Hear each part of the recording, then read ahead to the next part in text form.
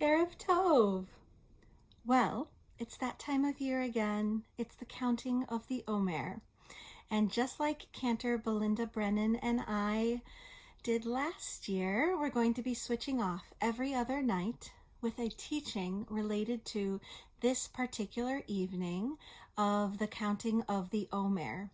Now, how do we figure out what we'll be teaching? There's actually a Kabbalistic way of figuring out how each evening should be considered, and it's related to the Sfirot. Now, if you take a look, and this is from Neo Chassid's app. You may recall this if you joined us last year. This is the Sphirotic tree. And you go through each of the 7 weeks. We have a week of weeks, 7 weeks. And you use the bottom 7 Sfirot, the bottom 7 emanations of God in relationship to each other. And tonight will be the second night of the counting of the Omer. Last night, which is where we began during the second Seder, or the second night of Passover, that was night number 1. Tonight is night number 2. You see on the screen, today is day 2. We will be beginning with might within loving kindness, gvura, that is within chesed. And so we go in relationship throughout each week between the different emanations, between the different Sfirot in God. Okay, and so you'll see this a lot. Another way of depicting it is as a chart. And there is a wonderful new resource that Cantor, Belinda, and I both picked up this year, which is the Omer workbook, a 49-day self-care immersion that is put together by Amanda Herring and Mo Golden, the creators of the Jewish Planner. And it's this big, wonderful workbook that encourages you to draw and write and journal.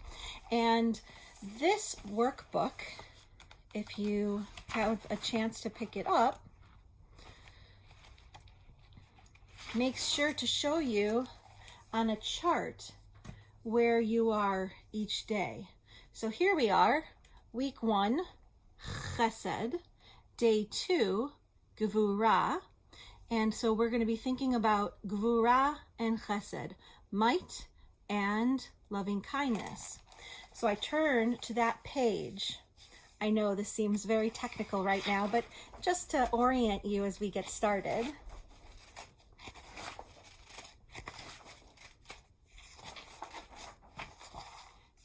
Gevurah within Chesed.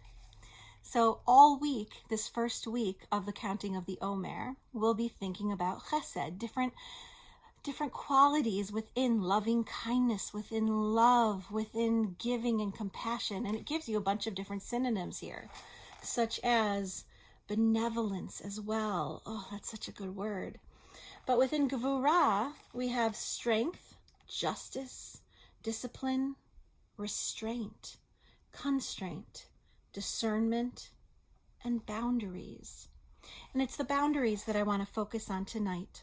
So we're going to say our blessing over the counting of the Omer, and then we're going to think a little bit about boundaries and chesed. So let's join together in the blessing, which is right here, and you can follow along. Baruch atah Adonai Eloheinu melech haolam, asher kiddushanu b'mitzvotav v'tzivanu al Sfirat haOmer. Blessed are you, source of life, spirit of the world, who has sanctified us with commandments and commanded us to count the Omer. Hayom Shnei Yamim LaOmer. Today is day 2 of the Omer. So during this time of the pandemic, Chesed has been something that we are just pouring out.